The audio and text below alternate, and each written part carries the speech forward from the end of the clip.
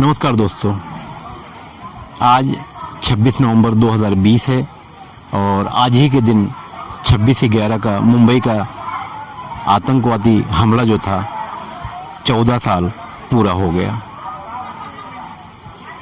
इस हमले में जो लोग शहीद हुए उन्हें श्रद्धांजलि देते हुए आइए आगे बढ़ते हैं।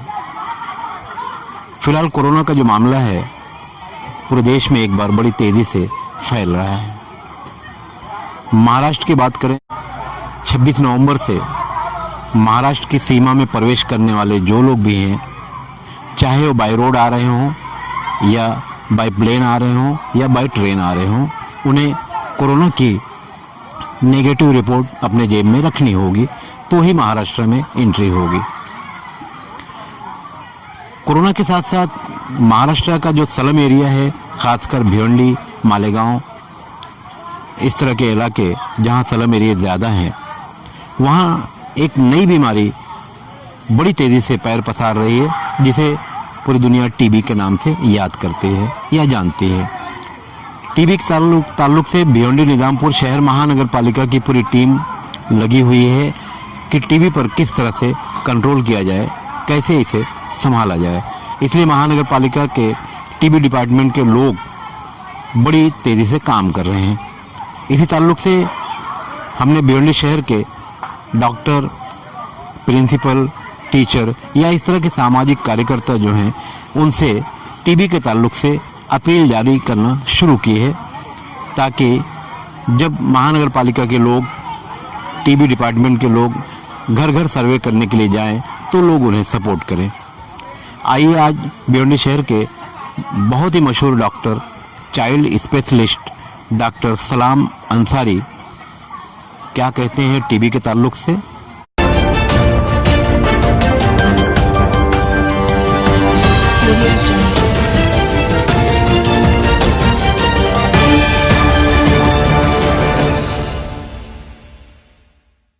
मैं doctor Abdul Salam Ansari, senior paediatrician Bhiwandi से बात कर रहा हूँ। आज आपसे मुखातिब होने की एक बहुत अहम वजह जो है वो ये है कि हमारे भिवंडी में हमने ये देखा है पिछले कई महीनों से कि लोग टीबी के सामने नहीं आ रहे हैं, जबकि स्टेट गवर्नमेंट की तरफ से, कॉरपोरेशन की तरफ से टीबी का चेकअप है, इलाज है, सब बिल्कुल मुफ्त है, लेकिन इसके बावजूद भी लोग सामने आ नहीं रहे हैं। और ख़ास तौर पे इस लॉकडाउन के बाद हमने देखा है कि काफ़ी तादाद हद तक कम हो गई है, जबकि गवर्नमेंट का एक मिशन है हिंदुस्तान जीतेगा, ये हमें 2025 तक कंप्लीट करना है। तो मेरी ये दरख्वास्त है कि आप बिल्कुल इसे छुपाए नहीं, सामने आए। अगर कोई भी मरीज़ को 2 हफ्ते से ज़्यादा बुखार है, उसको खांसी है या बलगम में खून आ रहा है या उसका वज़न कम हो रहा है, तो बिला झिझक वो सरकारी दवाखाने में आ जाए।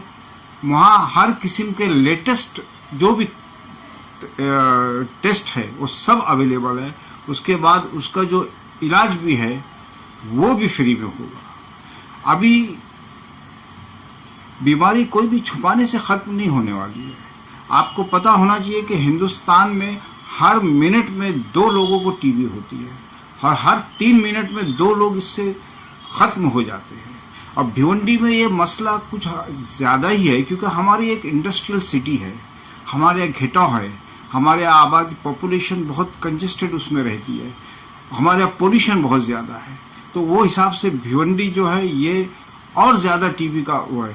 और एक जो चीज़ हमने मार्क किया है कि अब जवान बच्चों को, पहले ऐसा हमने सोचते थे कि जो लो इकोनॉमिक क्लास के लोग हैं, जो गरीब लोग हैं, जो ज़ईफ़ लोग हैं, उनको टीबी है, लेकिन ऐसा नहीं है। अब हमने ये जो मार्क किया है कि जो जवान तबका है, ख़ास तौर पे लेडीज़ जो तालिबात है, कॉलेजेस जाती हैं, इनमें भी ये बीमारी बहुत फैल रही है। अब इस बीमारी का जल्द इलाज करने से एक फ़ायदा ही, अभी क्या है, अगर एक शख्स बीमार होता है तो वो 1 साल में कम से कम 15 लोग को टीबी का मरीज़ बना देता है। इसके लिए अगर शुरू में इलाज उसका जल्दी हो जाए तो वो खुद को भी बीमारी से बचेगा और सोसाइटी में भी वो बीमारी फैलने से बचा सकता है। इसके लिए मैं आप लोगों से बहुत पुरखलूस दरख्वास्त करता हूँ कि आप अपना सोशल, समाजी और एक रिस्पॉन्सिबिलिटी समझ के, और ख़ास तौर पे मेरी दरख्वास्त डॉक्टर बिरादरी से है, आपके यहाँ जो पेशेंट आए, आपको लगता है आप उनको काउंसलिंग कीजिए, आप उनको समझाइए, और अगर ये सिम्टम्स आते हैं तो उनको काउंसलिंग करके दवाखाने में भेज दीजिए, सरकारी दवाखाने में या कहीं भी, लेकिन उसका इलाज ज़रूरी है। इस सिलसिले में कॉरपोरेशन की तरफ से, गवर्नमेंट की तरफ से 1 से 16 दिसंबर तक घर घर जाके इस चीज़ का सर्वे हो रहा है, इस बीमारी का सर्वे होगा। तो मैं आपसे एक बार फिर दरख्वास्त करता हूँ बहुत खुलूस के साथ कि आप इसमें ताउन कीजिए और इस मिशन को मुकम्मल करने में कामयाब हो।